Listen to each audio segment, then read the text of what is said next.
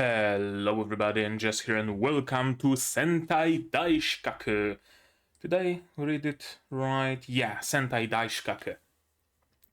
Which is an anime that I don't really know much about.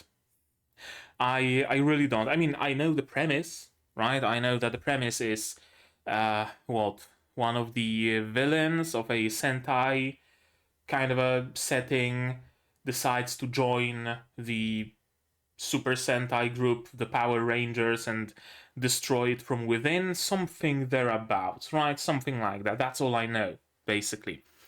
I also know that it's made by Yoastar Pictures, which is very interesting to me because, first of all, I've just only seen Blue Archive, first episode, and it's also by Yoastar Pictures.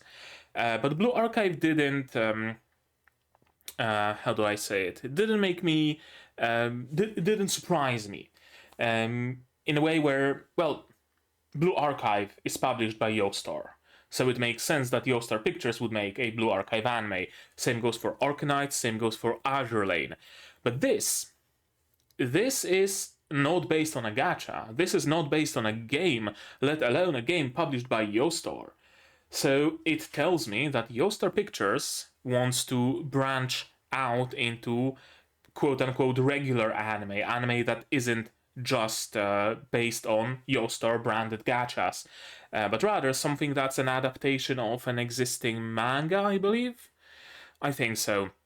It's not an anime original, as far as I know, although I could be mistaken. Anything else? I don't think so. I think this is the most interesting thing so far. But also, what's interesting is the nostalgia in more ways than one. First of all, I was raised on Power Rangers. My very first costume in Poland, we used to dress up for the carnival, not for the Halloween. So my first ever carnival costume was the Red Ranger. You can imagine a chubby little stout dude dressed up as the Red Ranger, and that was me. Soon enough, I made the flute dagger that the Green Ranger had out of modeling clay. That was my childhood. So having something Super Sentai adjacent, that alone is a lot of nostalgia, but also, and it might sound weird, the fact that I had to hunt down the release of it. This anime, as far as I know, it's not being released on Crunchyroll, Funimation, RIP, Disney Plus, Netflix, anywhere. I think Blue Archive was streamed by Anyone Asia on YouTube, region locked to some Asian countries. I'm not sure what's the deal with this one, but it's not anywhere. So I had to hunt it down. I had to go to a certain website, cat adjacent, let's just say, and look through the releases, right? Which one has good quality, which one has bad quality. The best quality I found even then, the best quality I found was like this. That's not the greatest quality. It's upscaled from... No, it's not upscaled. Hey, that's good, because one of the previous releases I found was actually upscaled from like 1772 by whatever. This one isn't, apparently, so that's good. That alone is also nostalgic on a meta level. I remember when you had to just hunt down the releases. You didn't have just one place where all of the shows that appear on Crunchyroll or Disney Plus or wherever, they are being automatically ripped and uploaded there, and you don't really have to worry about that. No fan subs, nothing like that. Cool. Immediately nostalgia on more levels than one. And speaking of, this is gonna be the DKB release. So if you feel like hunting that down, you can do that to have the same exact file as I do. And if you're new to the channel, welcome, first of all. Second of all, the standard format of the video is that first I'm yapping about the previous episode or about my knowledge of the series. This is the intro. Then we look at the show through the subs and the timer so that YouTube doesn't claim the video or anything. Then we look through the episode itself up here, skipping through it, going frame by frame if need be, stopping where needed. Then in the same window we will go through the staff and the seiyuu. That happens only once for the first episode, and then I'm gonna leave my closing thoughts and the video ends. Everything's gonna be time-stamped down below, so feel free to peruse at your convenience. And yeah, and I think that's it for the intro. So how about we just watch it, right? To do it, you'll need your subs, of course, to follow along with me. I'm gonna need my sound to hear what's going on in the show, and I'm gonna have to ask you for support the channel if you want monetarily on Patreon or YouTube down below, or not. Share my content, spread the word, it costs you absolutely nothing and helps the channel a lot. And now, with all of that out of the way, we can start watching episode 1 of Sentai Daishikkaku in 3, 2, 1, go!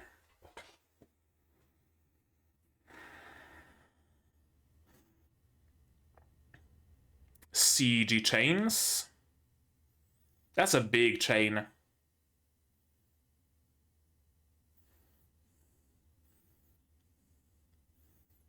That's where the bad guys are, I assume.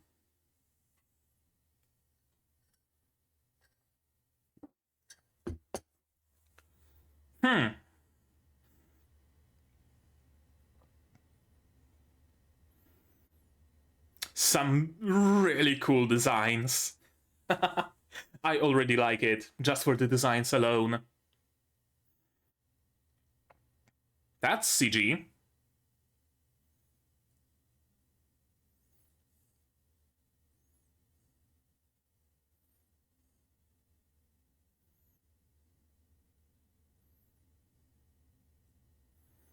Okay, so they're called keepers, not rangers.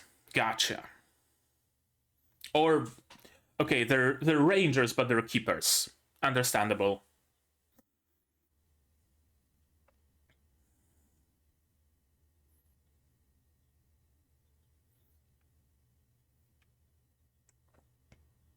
Oh, right, and they're like purposefully not allowing the war to end so that they can rack up money from like advertisement and just being relevant in the first place.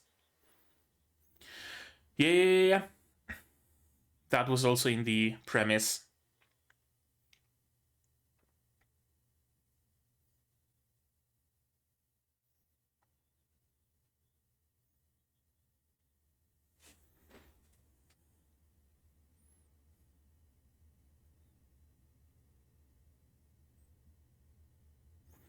Okay, so it's just a regular weekly occurrence that they fight the bad guys. It's not even that they do that whenever the bad guys are doing bad things. No, it's just a weekly thing.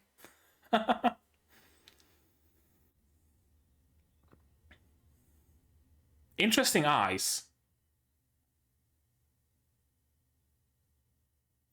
And who are you?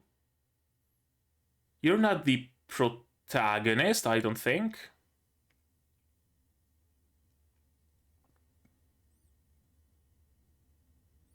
Yeah, of course. I mean, it's tourism, man. It's tourism.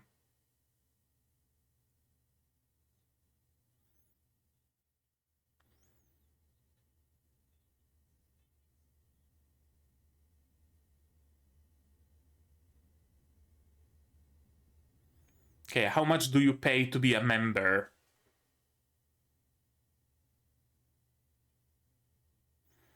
Or are you just free labor, basically? A volunteer?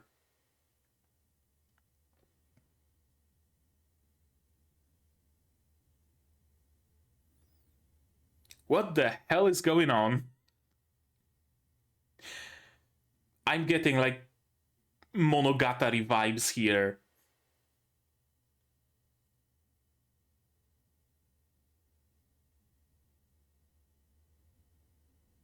What the hell is going on? I thought I knew all about this show just from the premise alone, but turns out I didn't know shit.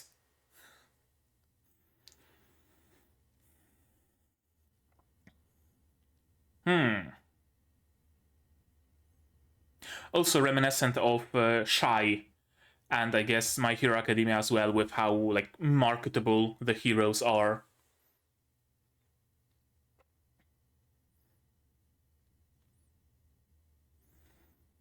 Of course, there's a whole arena. We wouldn't want the buildings to suffer from the fight. Also, holy shit, the animation and art quality. That is not something I expected from Yogstar Pictures.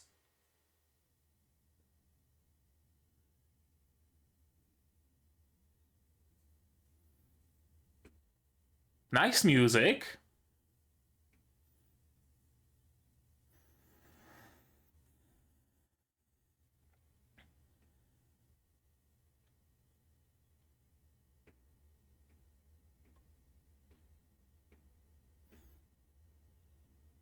Yeah, it's just theater.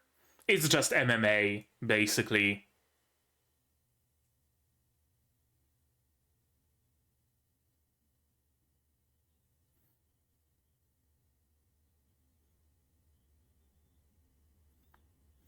Scars. Interesting.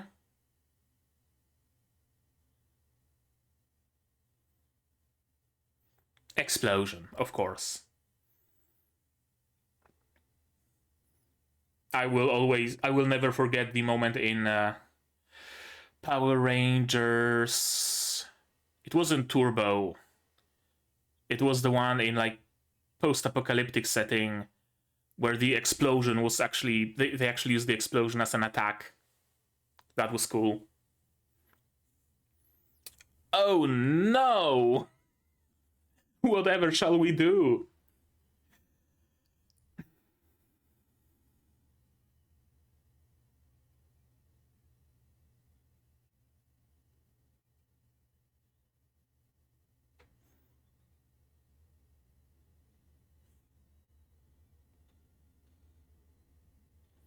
Whomst?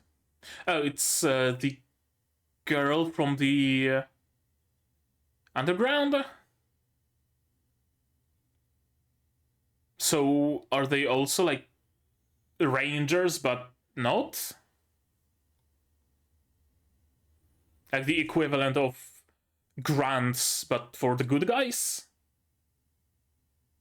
Why does she have a lightsaber? Hmm.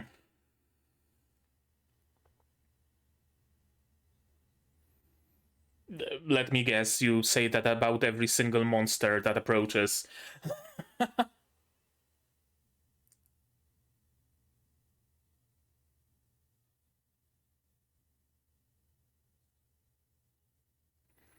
He's the only one who doesn't show his mouth. I wonder. Mm-hmm. He's the only one. Of course, the monster grows. Hope you have your Zords with you. Wait, did it grow? Okay, not yet. Now. Oh. Okay. Or he can just turn into an isekai track and send them to fucking Fantasyland. And why is your attack named Scrum? That's a agile work system at corporations.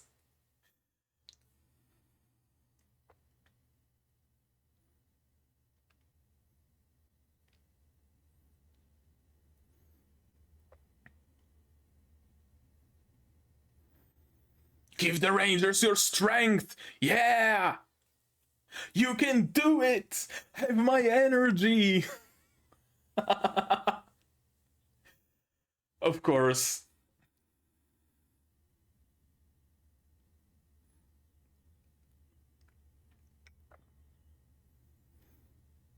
An amazing performance.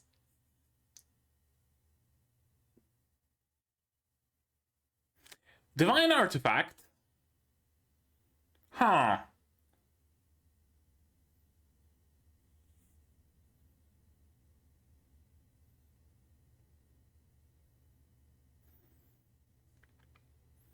Okay, so they can reconstruct.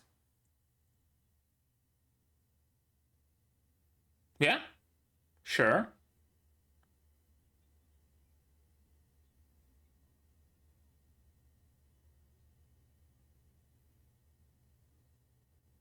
Yep, Dragon Blaster, of course.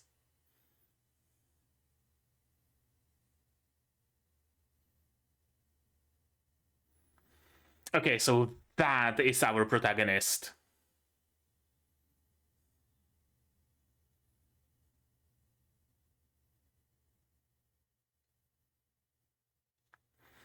Again, some really nice art and animation.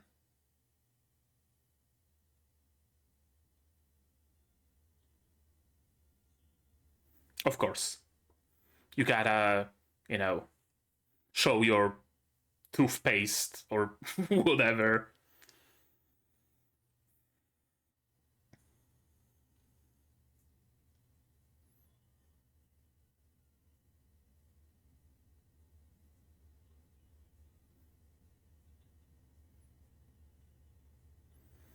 Okay, so it's like legitimately Monster of the Week.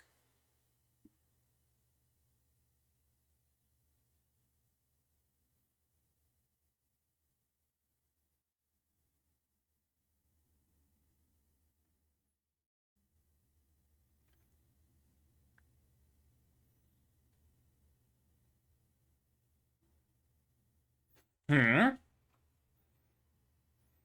Okay, some sort of a secret weapon. I mean, can be whatever. Drop your fortress down, right?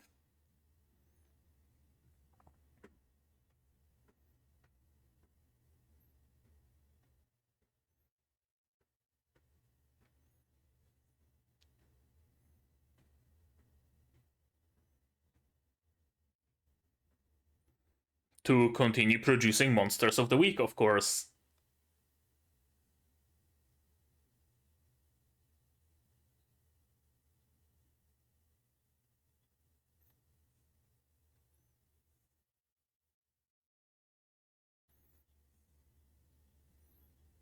Classic. Can't go wrong with that.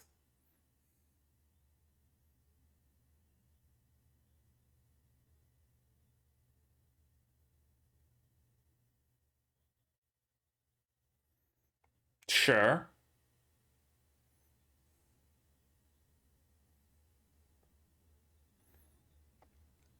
Right, it should be like, a flower brought to life or a bull, something like that, right? I mean, sure, it could have the power of charm, turning the rangers against each other, maybe, right? Something like that.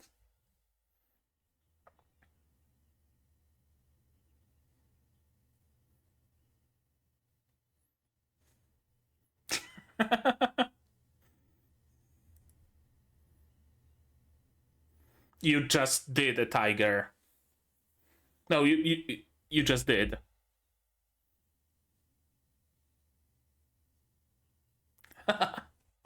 Okay.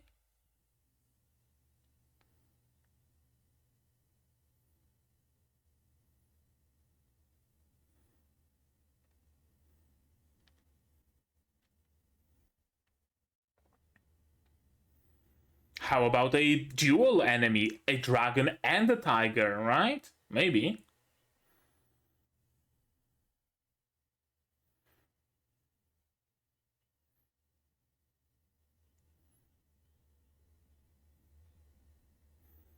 Yeah, everybody just gave up.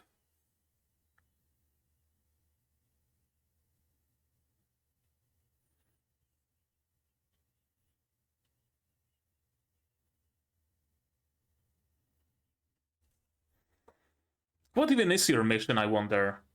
Yeah. Okay, yeah. Classic.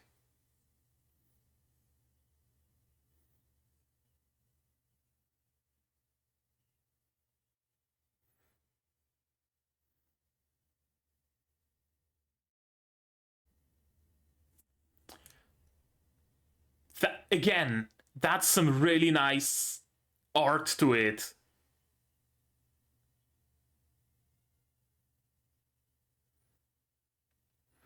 I did not expect this show to look this good. I really did not.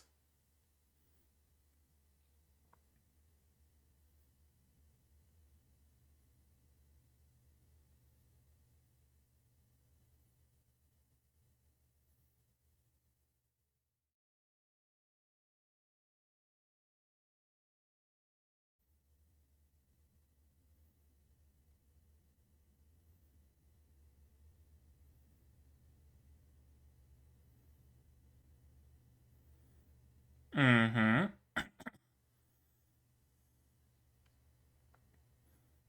So I like the detail of the bottom, like, side teeth kind of bending inwards as they speak.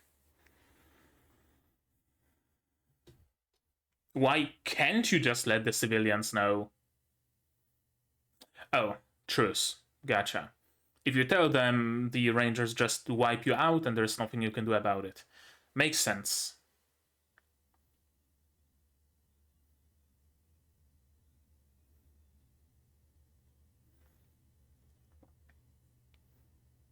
Oh, so they don't even like create those monsters, they just dress up as them. Or shapeshift into them.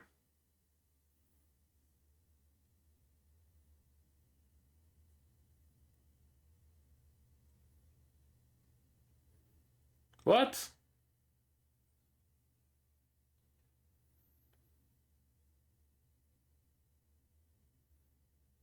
Oh, is it like a prequel to what happened? I guess maybe.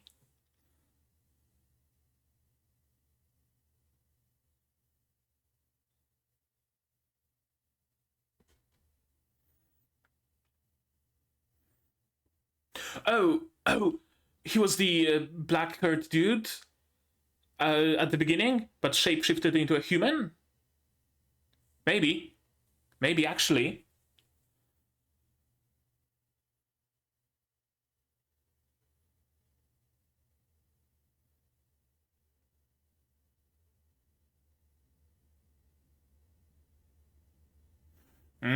Of course. Of course, there will be some fans of the underdogs, right? Even if the underdog is the villain.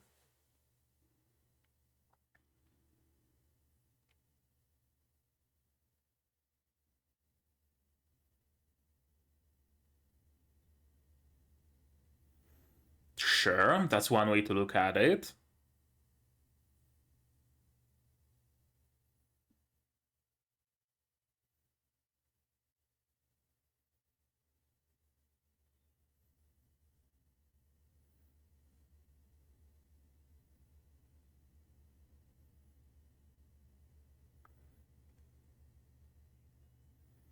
Yeah, that was a uh, flashback. Flashback, yeah, that's the word I was missing.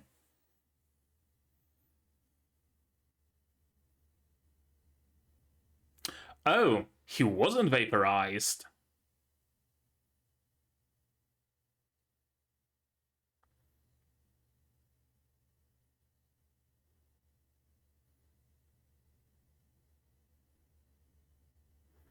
Don't you want a real fight, maybe? For a change.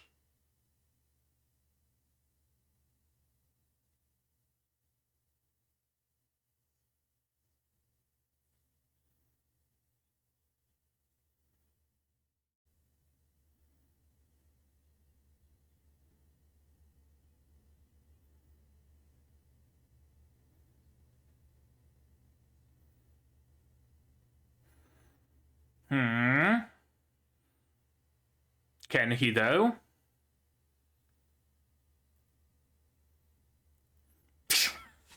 He can't. He's just a grunt after all, of course. They're resilient, yeah, but they don't have that much of, like, fighting power.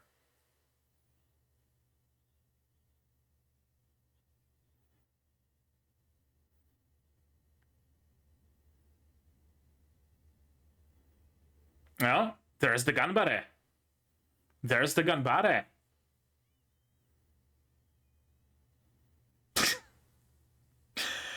uh,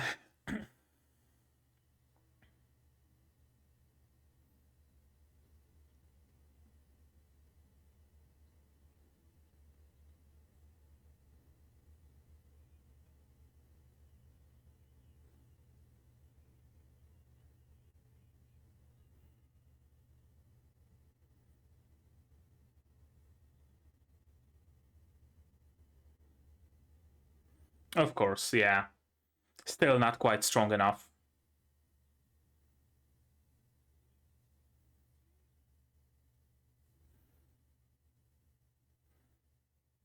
Does every single one of them use just a various lightsabers?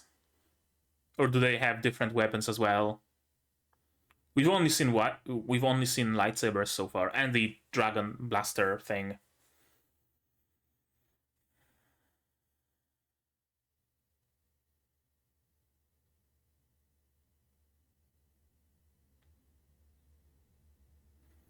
Preparing something special for the 1000s fight, maybe?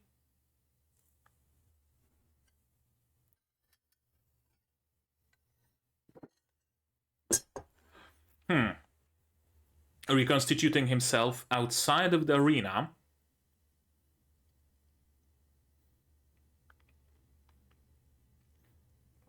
Turning into a human. Probably the guy we've seen. Yep.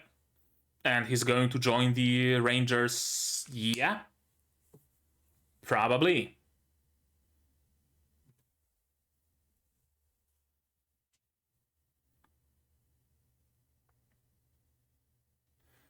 Who are you even?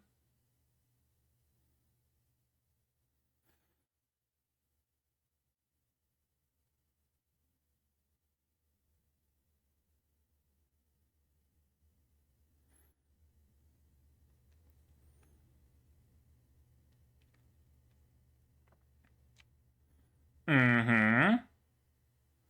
Yeah. Yeah, that's where the plot comes in.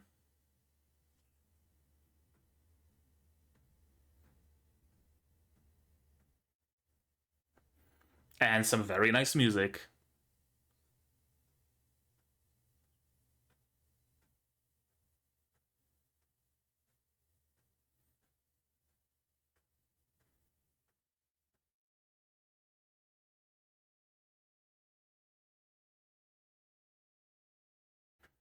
To be continued. Well, I would hope. I would hope. Oh, animatic? Interesting.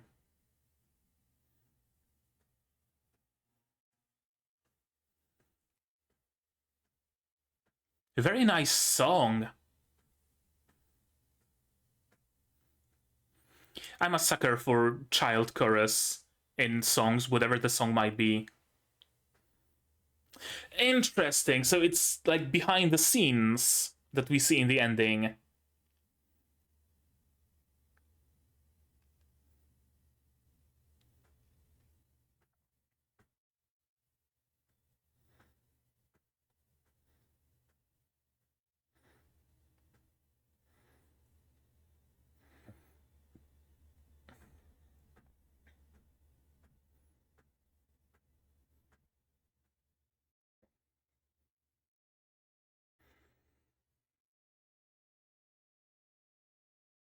Hmm.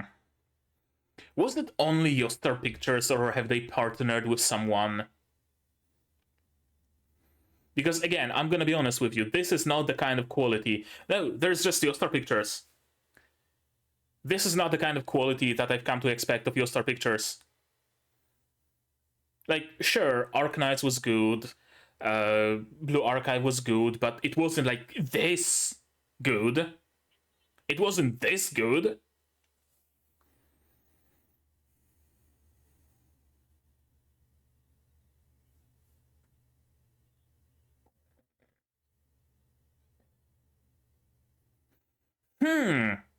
Well, I'm down. Well, I'm very much down for it. Holy shit. I did not expect this to be this good. I'm in. Let's watch it again.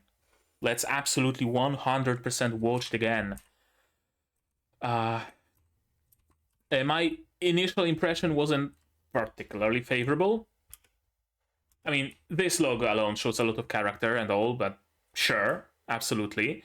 But seeing this CG chain made me think, it's just gonna be a CG fest. It's just going to be done, very cheaply, just to make it, just to right. Yogstar Pictures, they're a small studio. They're not that, that much. I don't know, whatever. They're small. They're fairly new to anime. Whatever. Yada yada. They have to help themselves using CG and other tactics. There's gonna be sliding PNGs. There's gonna be shaky cam, zoom in, zoom out, stuff like that I've come to expect of low quality shows. No, nope, anything but. It's really, really anything but. The expressiveness of the characters that we see here. The, text jumping in, immediately reminiscent of Kill la Kill.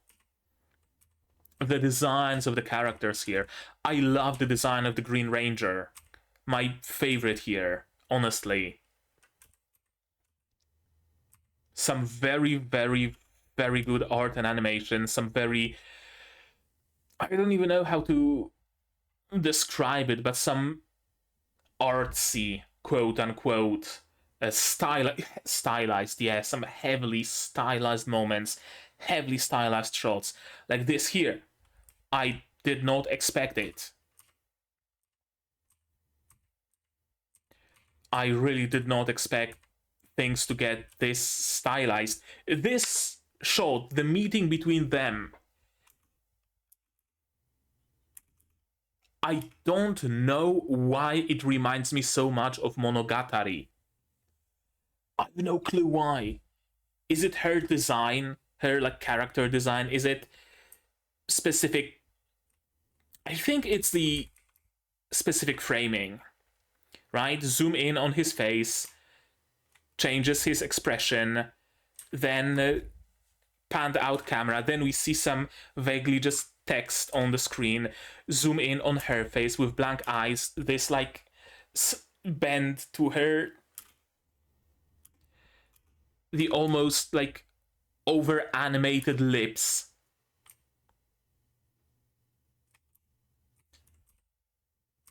I'm in awe. I'm in absolute awe.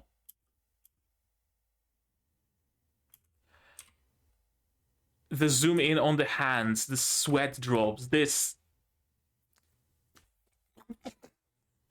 It's just artsy. It's stylized. It's great. It's amazing. I've come into it expecting a Super Sentai show with a twist. Not this. This is so much more than what I bargained for. The animation of them reconstituting, the particle effects, this is not CG. Some moments in the fight, yeah, sure, we see some CG here, but this is not. This is fully, properly animated. This is good. Very good. Oddly enough, the monster isn't CG. It's the Rangers who are CG, but also not always. When we zoom in to them, they're drawn, because when they're zoomed in, when they speak, it's easy to notice. But during the fight, they sometimes turn into CG. This is a CG shot. And yeah, of course, a very silly plan of turning animals into animals with stripes. Oh no, whatever shall we do? We immediately know that we shouldn't be taking those fights fully seriously. If the fact that a whole ass arena was built and the monsters are willingly dropping into that arena, if that wasn't enough, then the silly plan of giving stripes to animals, that seals the deal. This is curious to me. Who exactly are they? Who is she? Who's the dude with weird eyes? Are they like fucking Alpha and Zordon? Or who are they? Who are they?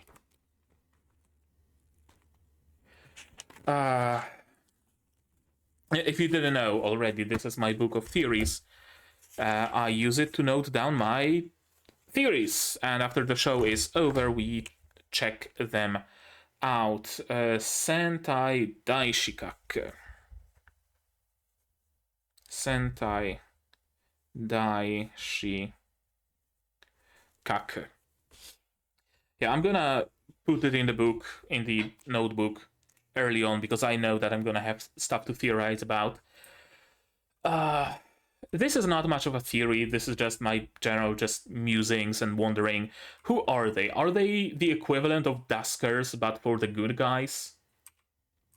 Because that's kind of the vibe I'm getting. But at the same time, they have the ranger weapons, right? The lightsaber.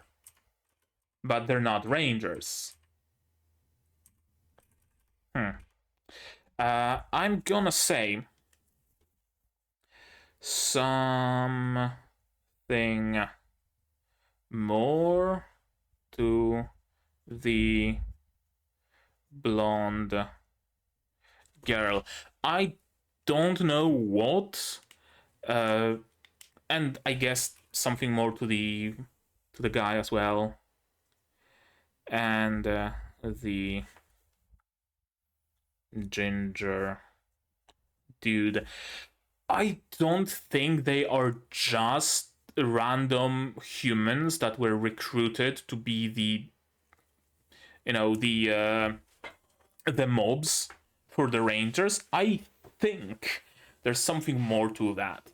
Their eyes alone are very specific, very special. She has completely flat black eyes, and he has those like weird squiggly eyes. Are they like aliens that brought the Ranger technology with them? Something like that. There has to be something like that to them. I just don't know what yet. We really haven't learned a lot in this episode, have we? We got the hook for the story, but not much like world building detail, I guess. I'll never die. I'm immortal. That's good that the Duskers are immortal, at least. And he turns into an isekai track. I expected anything, but not a motherfucking isekai track.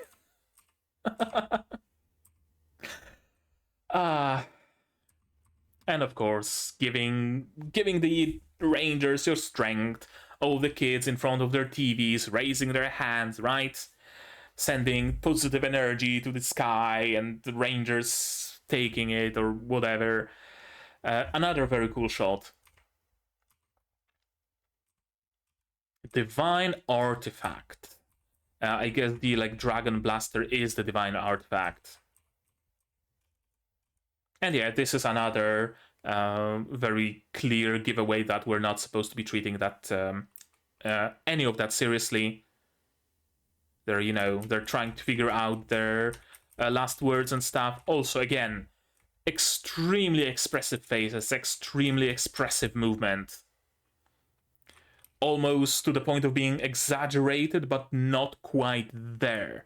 It doesn't feel off. Which generation of Power Rangers had a blaster like that? Because I remember one generation had, they would like join all of their weapons, and that would make like a thing like that. The only thing I remember about that generation is there were Mega Blocks sets that I really wanted. Yeah, I think it was Mega Blocks or Mega Constructs or something like that. Some sort of a Lego bootleg.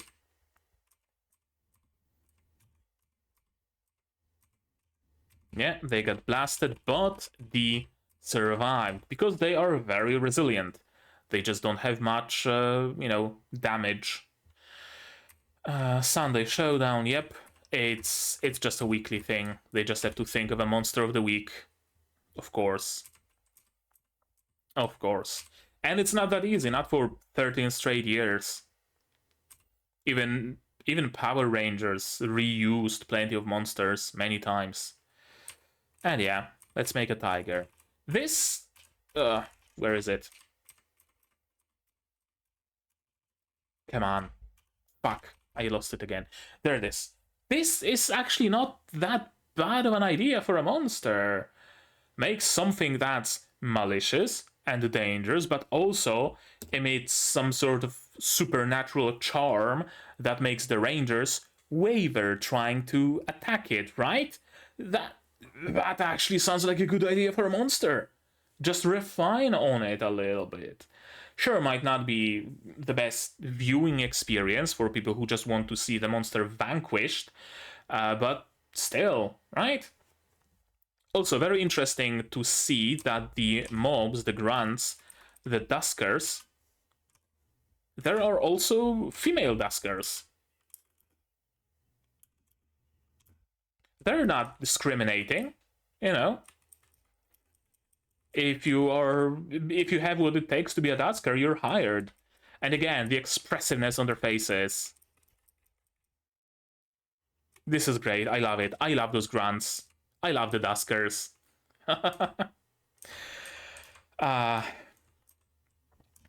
Like, just look at those faces. Come on, just look at those faces.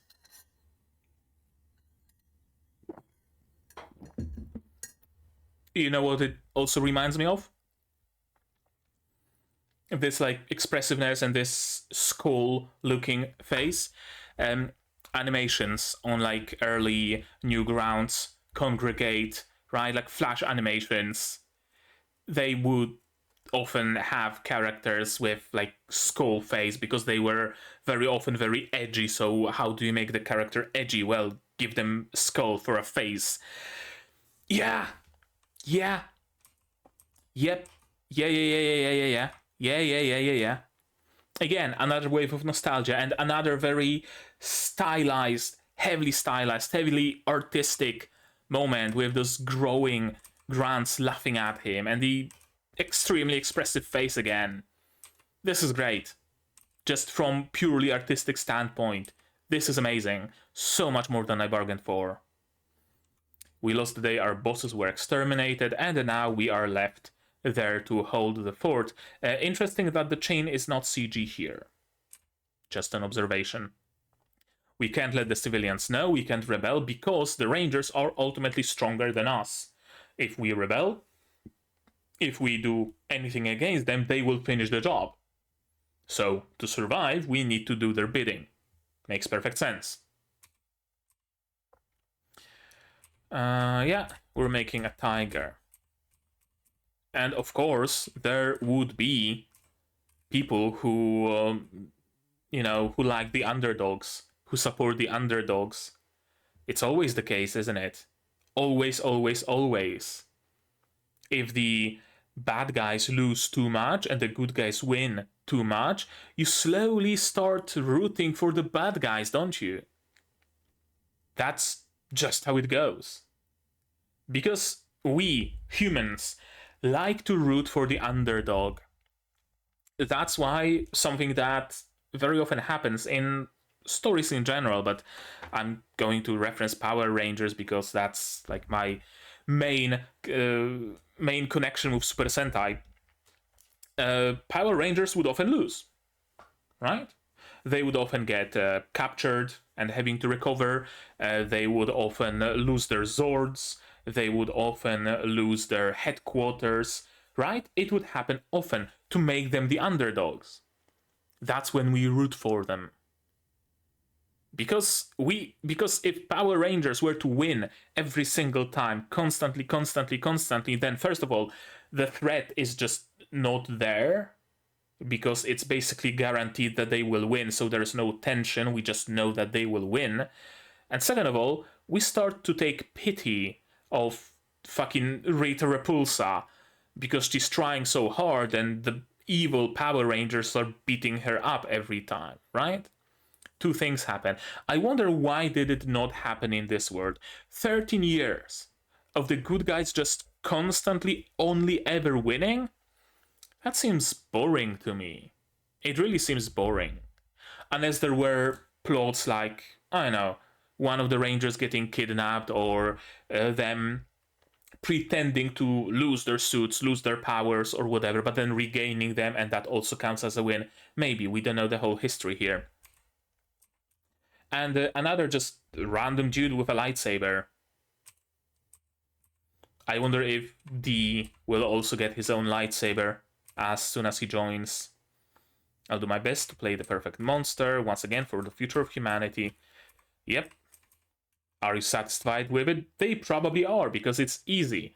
And surprisingly, the viewers are satisfied with it as well. This is a very good way to show that there is more to the Duskers than you think. They are not actually so weak as to be defeated by the Dragon Blaster. It's just that it's their part to play. They get defeated and then they run away, or they choose to be defeated and reconstitute themselves in the fortress or whatever. But if they want to survive, just like D, they can. They're extremely resilient. But yeah, not much speed in their legs, not much strength in their arms. They're ultimately just grunts, are they?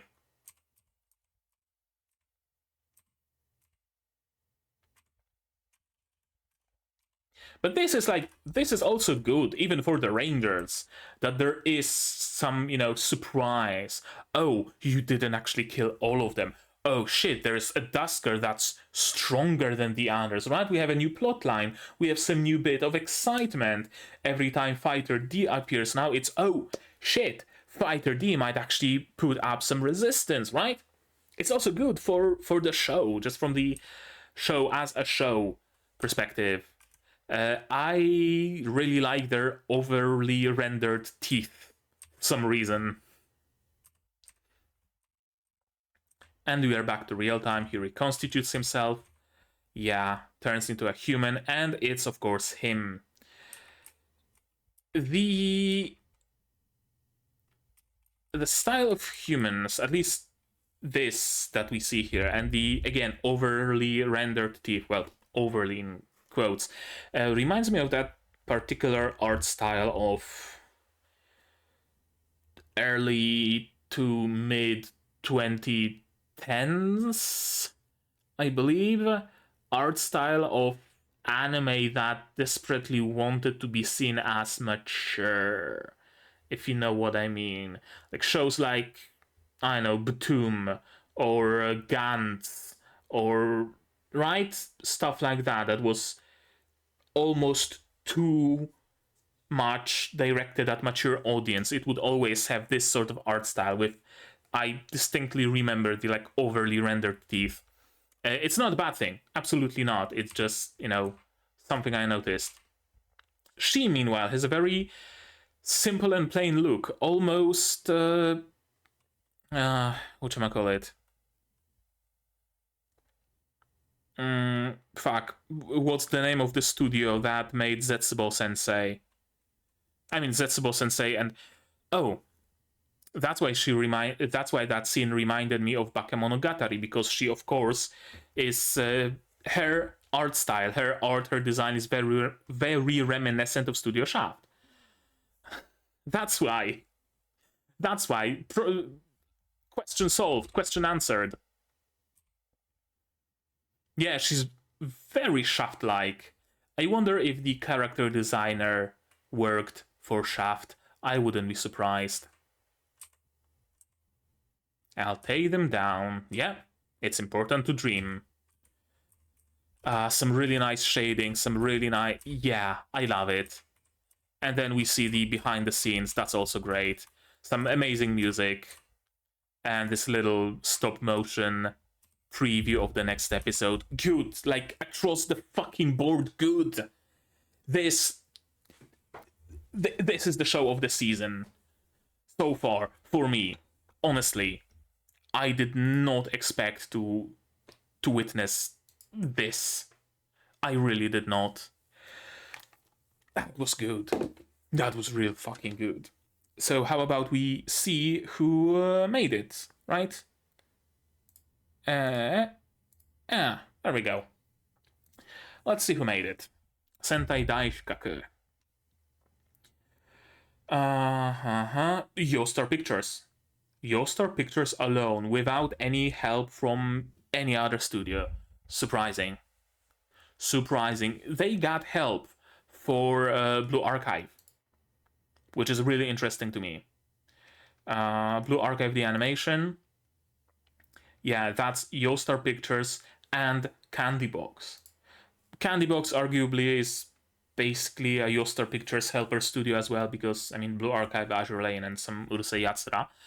But still, they enlisted some help for Blue Archive, but not for Sentai Daishikkaku. Huh.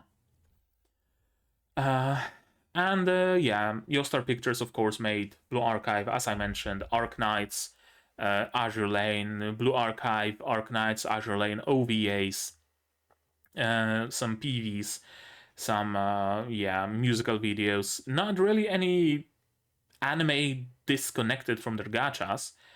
But I see Aruhi no Gogo and Sorairo Utility. I wonder. Aruhi no Gogo is a short animation during the second year anniversary stream for Needy Girl Overdose.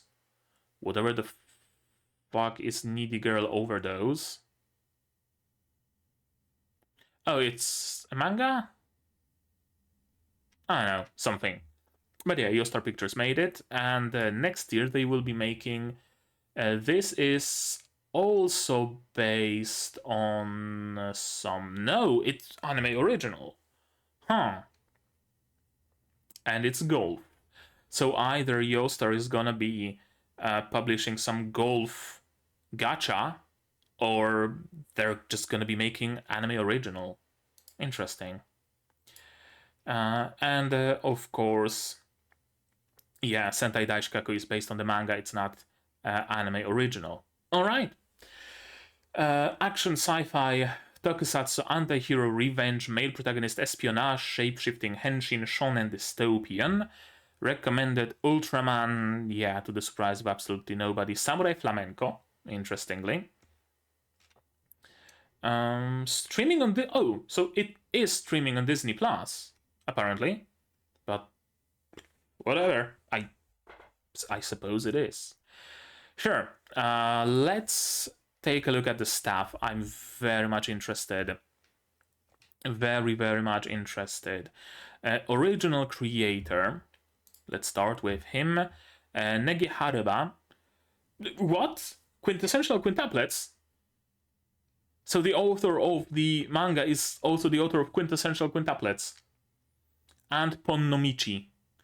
And illustrations for the fifth chapter of Bakemonogatari. Interesting. Interesting. Let's see the director and the art director. Sure. The director is Keiichi Sato, who also directed Inuyashiki, Gantz. There we go, I just mentioned it. Shingeki no Bahamut, Azura, Zorro, and some other older shows. Yeah. Interesting. Not that many, like, new-ish anime, I guess. A creative director at Yostar Pictures. Interesting. And Gakuto Gonbei, the art director for Sentai Daishikkaku, also art director for Eurocamp, for Gridman.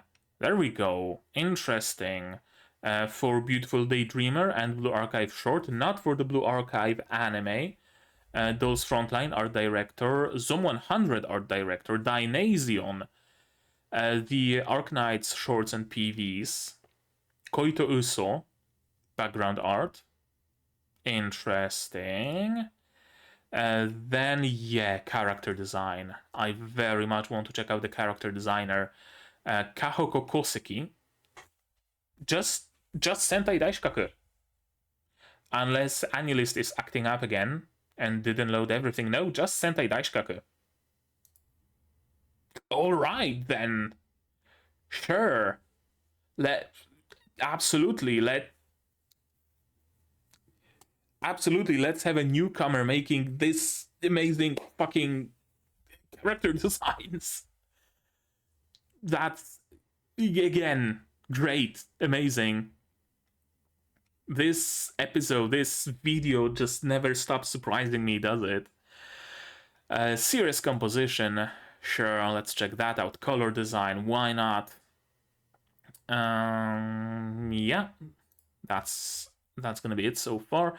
Keiichiro Ochi, the serious composition and also script, also worked on Gotobu no Hanayome, Under Ninja, Otonari no Tenshi Sama, Tensai Oji. What else do we have here? Adachito Shimamura, Yahaore, more quintessential quintuplets, Hinamatsuri, Papa Kiki, script for a couple of episodes at least.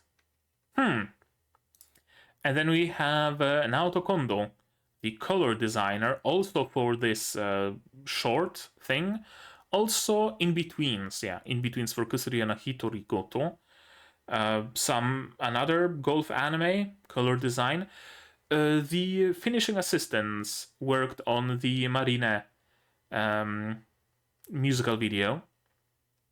Color design for Nagatoro-san, Beautiful Daydreamer, other Arknights and Blue Archive PVs and stuff. Spy Family, finishing of the opening. Color designer for Card Fight. Coloring for Gintama. Plenty of interesting roles. Then we have, let's see, let's check out the CG directors, why not? The CG was decent. So who do we owe that to? We owe it to Takayuki Chiba, who also did CG for Psychopaths, for Sailor Moon, for Charlotte, modeling assistants, and some storyboarding and key animation for some other shows. 3D CG for Evangelion movie, CGI for Full Metal Panic, Midori no Hibi, that's a blast from the past. Episode 3. Midori no Hibi, it's interesting. The dude's right hand turns into a girl. That's the plot. Oh, Yu, CG director, there we go. I'm watching Yuuna right now, and that's an interesting connection. And Shinsaku Takeuchi, only Sentai Daishikkaku. We have a lot of people. Let's see. Music, of course. Yes, I want to see who did the music. Chief animation director as well. Action animation director, sure. Animation supervisor, absolutely. Yoshihiro Ike, responsible for the music, also did music for Saint Seiya, Shadowverse, Akiba Maid, Tact of Destiny. The Tact of Destiny game is shutting down like tomorrow, so that's a shame. But yeah, there's some nice music in Tact of Destiny. Vampire in the Garden, Noblesse, Dororo. Plenty of big roles, it seems. Gantz again. Gantz appears here. Noblesse. And some older shows even, it would seem. Or at least stylized to be old. Sci-Fi Harry, Shin Megami Tensei. Then we have Kahoko Koseki, character designer and animation director. Right, the same person. Satoshi Sakai, extremely prolific animator.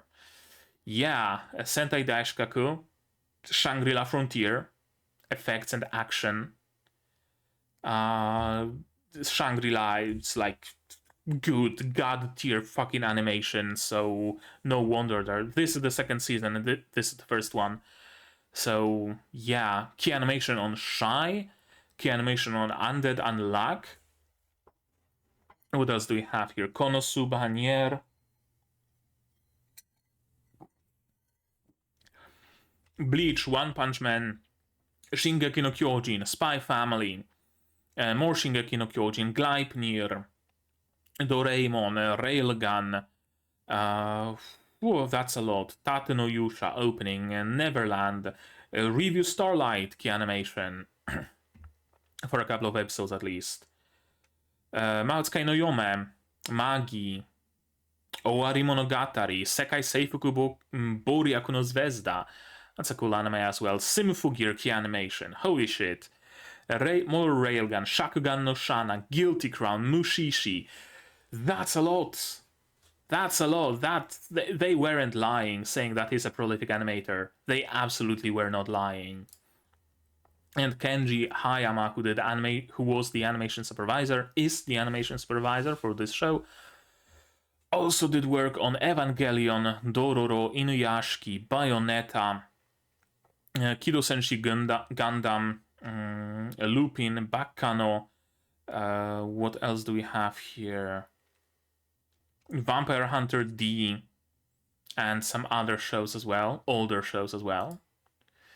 Yeah, they brought some prolific people here, didn't they? Executive producer, planner, that's like whatever producer, I don't care much. Let's see the script. Keiichiro Ochi, we already... yeah, series composition, Keiichiro Ochi.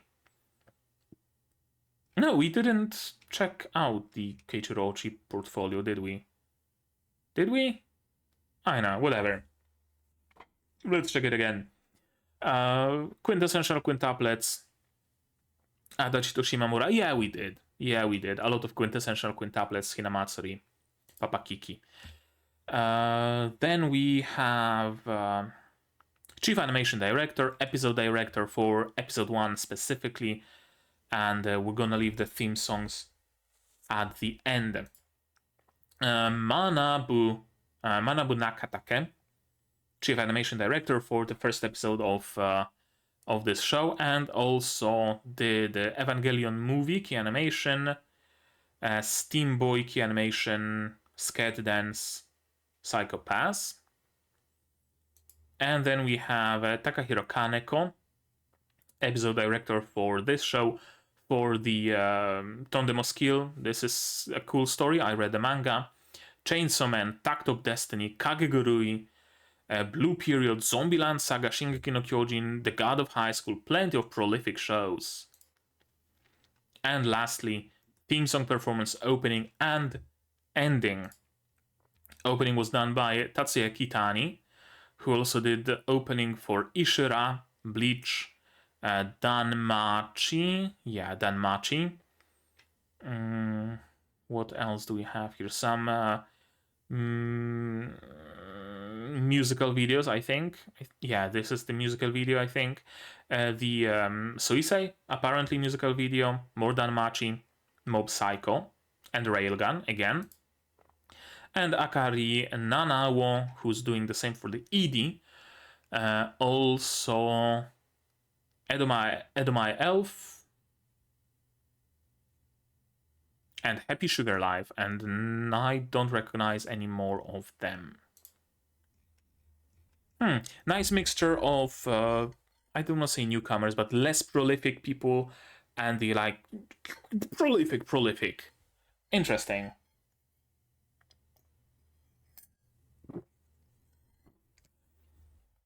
They did manage to achieve something big, though. I gotta give them that. I absolutely gotta give them that.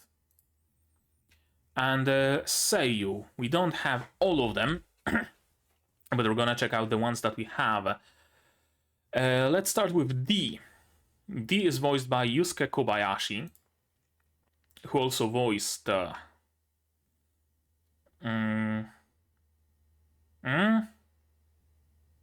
Yeah, I don't recognize anybody so far. Senku from Dr. Stone. That's a character I know. At least one of them. Someone in Mob Psycho. Subaru from Isekai Quartet. Warren Grants from Isekai Quartet. Or, well, Subaru from ReZero and Warren from...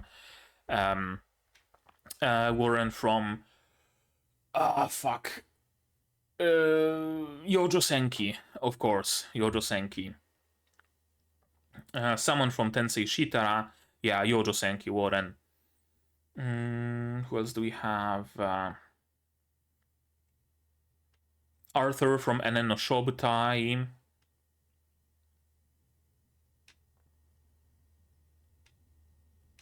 And I don't think I recognize any other people here, I'm afraid. Some roles in Gundam, it seems. Oh, this random dude in Demi-chan. That's a role he had, apparently. Arslan in Arslan Senki. There we go. That's a show I haven't seen in a good while. And that's it. And then we have the weird dude with green eyes, Hibiki Sakurama, who's voiced by Daishi Kajita, and the blonde girl voiced by Yumi Kayano. Daishi Kajita voiced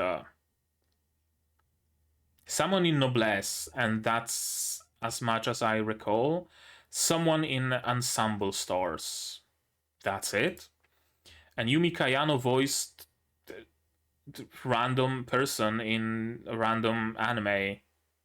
Interesting. Let's take a look at the Rangers. Red Ranger, Blue Ranger, Yellow Ranger, Pink Ranger, and where's the Green Ranger?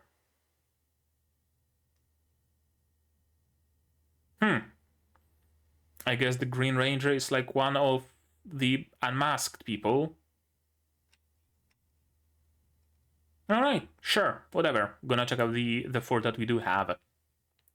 Yuichi Nakamura, voicing the Red Ranger, also voicing Keigo in Boku no Hero Academia, Zai in Ninja Kamui, Andy in Undead Unluck, Zain in Soso no Frieren, this dude in Goblin Slayer, Satoru in Jujutsu Kaisen. Who else do we have here? Wataru in Tokyo 24-Ku. And Tsukasa in Dr. Stone. And that's about all the people I could recognize. Someone in Shokugeki no Soma. Flamebringer in Arknights, interestingly. Satoru, the bike man in One Punch Man. Jason from Dumbbell. Alright. Alrighty. Sure. Why not? Bruno from JoJo's. And Popuko, but who hasn't voiced Popuko. And someone in Killing Bites as well. Go Inoue, voicing the Blue Ranger, as well as the random people from random anime, Spain and Bulgaria from Hetalia. And yeah. Someone from Oreimo. I don't remember this dude, I'm gonna be honest with you. More Hetalia. And that's gonna be it. Kensho Ono, voicing the Yellow Ranger, as well as someone from Dr. Stone. I don't remember this character either.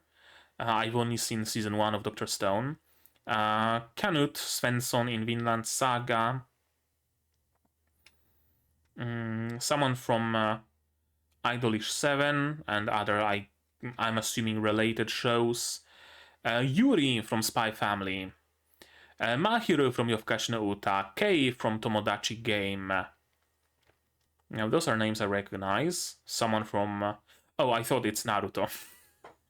I mean, he's from Naruto, but no, he's from Komi-san. Yeah, the, like, head plate misled me. Flock from Shingeki no Kyojin. And not many more... Pipimi, but who hasn't voiced Pipimi. And not many more people that I would recognize. So let's stop there. Maybe. Someone in Owari no Seraph, Michaela. Yeah, that'll do. Then we have Mao Ichimichi, who's voicing the Pink Ranger, as well as Shion from Tensei Shitara, as well as... Who else do we have here? Someone from Ultraman. That's, I guess, fitting.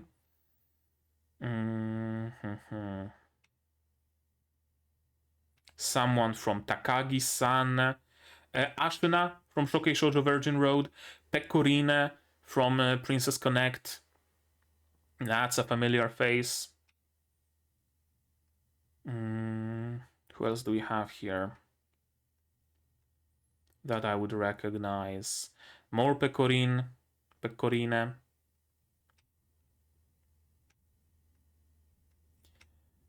And Iris from Enen no Shobutai. That's a recognizable character. And I'm afraid I don't recognize many more of them. But there is plenty. There is plenty, that's for sure. Gantz again appears here. Paprika from Flip Flappers. And yeah, I think we can just safely stop here. I don't want to waste too much time. Yeah, let's stop here. Anybody else that we see here and recognize? Not particularly, but let's check out the other people. Those three look like the members of the same group, whatever that group might be, so let's check them out. Hiroyuki Yoshino as Shuntokita, also the voice of Jalen from Metallic Rouge, Ethan from Arc Knights, Frankie from Spy Family. Oh, he's the Green Ranger, isn't he? I think so.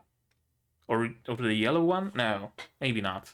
I know the yellow one has a similar voice, but I might be mistaken there. Ken Ross from Hulk, certainly an unmistakable voice.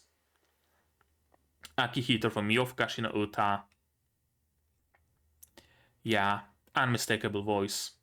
Then we have Rika Nagae voicing Komachi Aizome, as well as Yukiro from Onichan wa Oshimai, and someone from Cinderella Girls, Asobi Asobase, and that's it. Then we have Kosuke Toriumi voicing Chidori, and Narcisse from Maosukai no Yome, someone from Black Clover, and let's stop here. Plenty of roles for sure. Then we have other people. Kanon Hisui Kai Shion. There we go. Azumi Waki as Kanon Hisui, and Rei from Shangri-La Frontier. That's a familiar face immediately. Or, well, face. Design. Narrator from Shangri-La at times. I'm assuming Special Week from Umamusu. Kanne from Soso no Frieren. Plenty of characters that I, of course, would recognize. Sure, that's gonna be it. And Yuki Ono, almost Yuki Onna. Yuki Ono voicing, who actually? Kai, yeah, Kai Shion. As well as some other characters I don't recognize, but plenty of roles for sure. And do I even check out the rest? Yeah, sure, why not? Angelica Yukino, Renren Akabayashi, Yamato Kurusu, Ranmaru Koguma, Eigen Urabe, Sojiro Ishikawa, Tsukasa Shippo, and those two seem different, so I'm gonna leave them for last. I'm assuming they will be recruits working with D to become full-on supporting rangers or whatever. Akari Kito, the voice of... who actually? Who's the character? Yeah, Angelica. Also the voice of Otonari-san from Sasaki to Pichan. Also the voice of... Has from Gridman. Noah from Tenshi. Mashiro from Blue Archive. And let's stop at that. Maybe Nezuko from Kimetsu no Yaiba. Anybody else? Anybody else? Anybody else? Anybody else? Someone from Hitori Bocchi. Sure, let's stop here. Tomoyo Kurosawa. Yeah, Kurosawa voicing Ren from this show. Naomi Orthman from Metallic Rouge. There we go. Ayano from Yuru Camp. Amiya from Arknights. Edel from Frieren.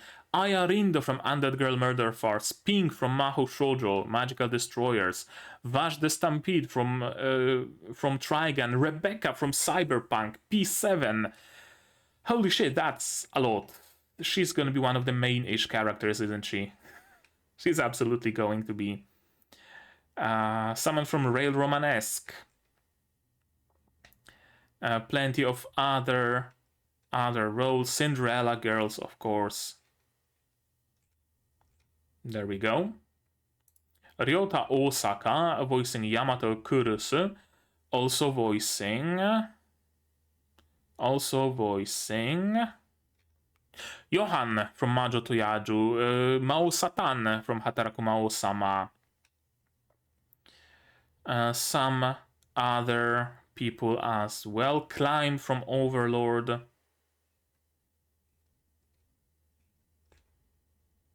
Yeah, I think that'll do it. I don't want to, stretch this video longer than it needs to be. But yeah, plenty of roles. Something tells me that those people won't be as supporting as they seem to be. Just a hunch. Yukihiro Nozuyama voicing Ranmaru. Also voicing nobody that I would recognize, I'm afraid. Seiichiro Yamashita voicing Eigen, sorry. Also voicing Kuona Amane from Shangri-La. Sid from Eminence in the Shadow. Rian from Mahotsukai no Yome. Already names I recognize. Someone from Boku no Hero Academia.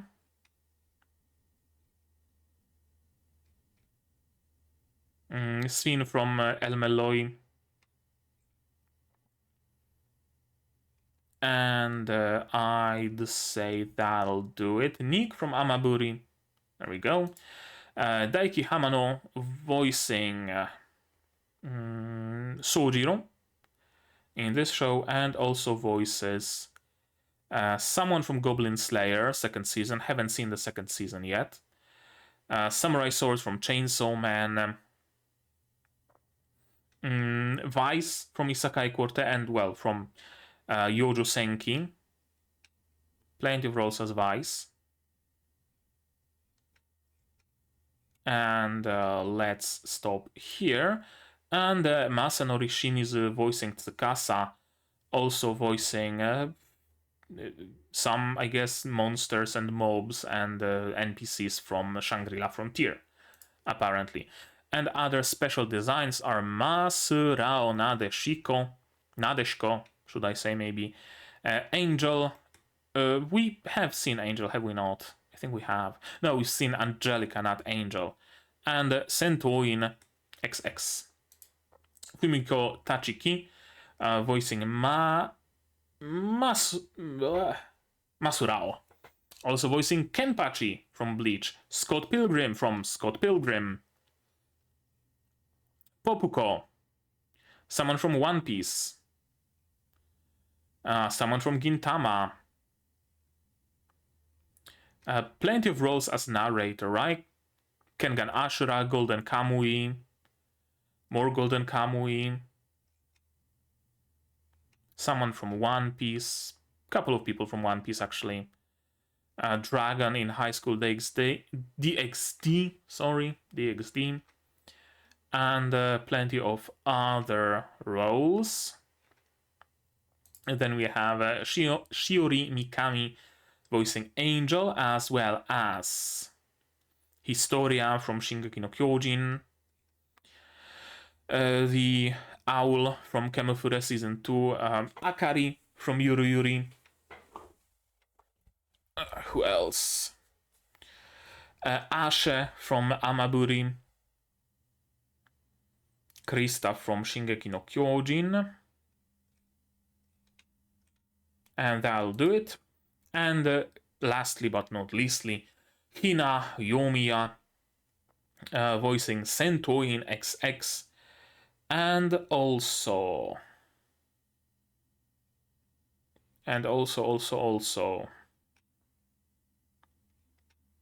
nobody I would recognize, I'm afraid. Yeah, that'll do it. That will do it for this episode.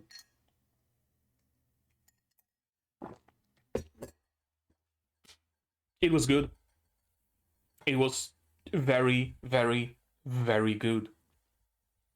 To a surprising degree. As I said many times, I'm used to Yoster Pictures making anime that's decent, right? It's not, genre defining. Like, Arcanines was good. It was good, right? It had some issues with pacing, it has some issues with fight choreography, it has some issues with Chinese censorship and not being able to show blood, right? Stuff like that. Absolutely had issues, but it was a good watch. Blue Archive, so far, I've only seen one episode. It was good as well. There were some, I know, some issues with subs, but that's not really on Your Star Pictures. Some of the scenes were not particularly amazingly animated. It was kind of. I would have picked more vibrant colors, maybe, stuff like that. It wasn't, it wasn't Frieren, it wasn't Shangri-La, but it was good. It was serviceable. And I kind of got used to this level of quality from the studio. All of the PVs, all of the musical videos for Arknights, for Blue Archive, for Azure Lane, they were also good, right? Not like TV anime tier.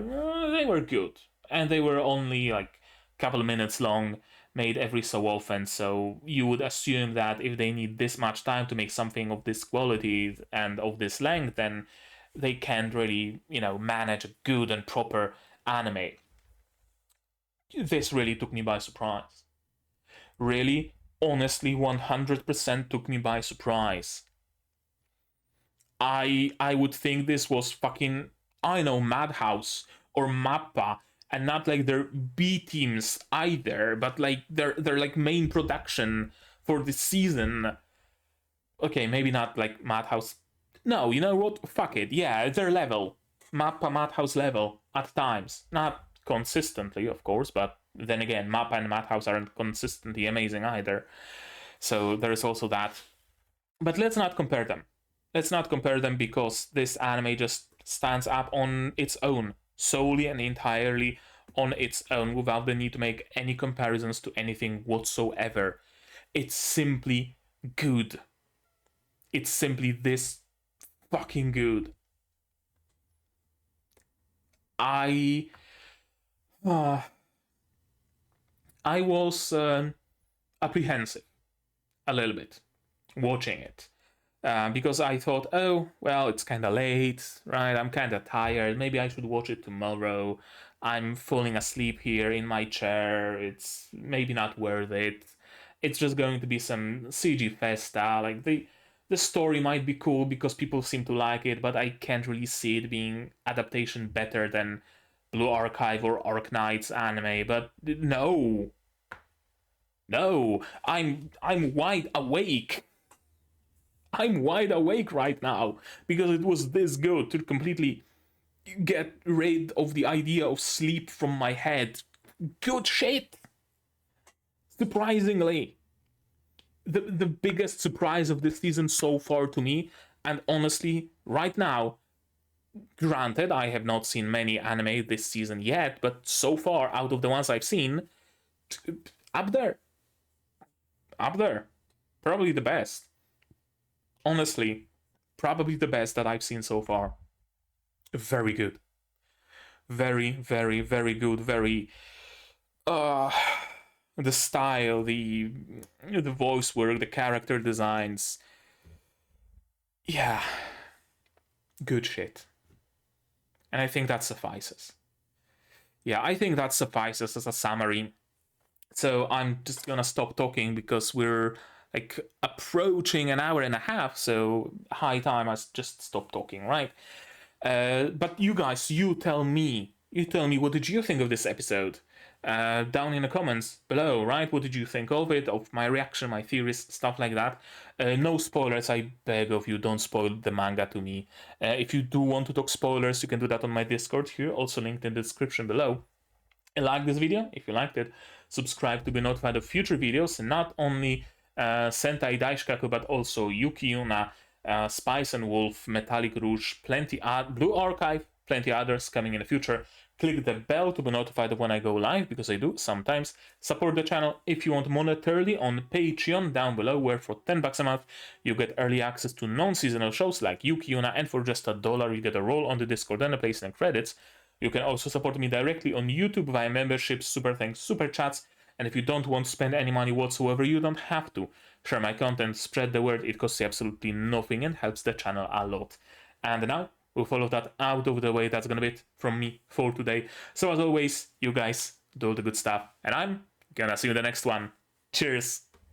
And here's the list of my wonderful Patreons: QB without a net, group survivor, Zarin, Yuki Ally, Ishtamu, Dr. Wood, Akamancer, Marsh, Passel, and Hans Peter. And you can join them if you want without having to think of a monster of the week.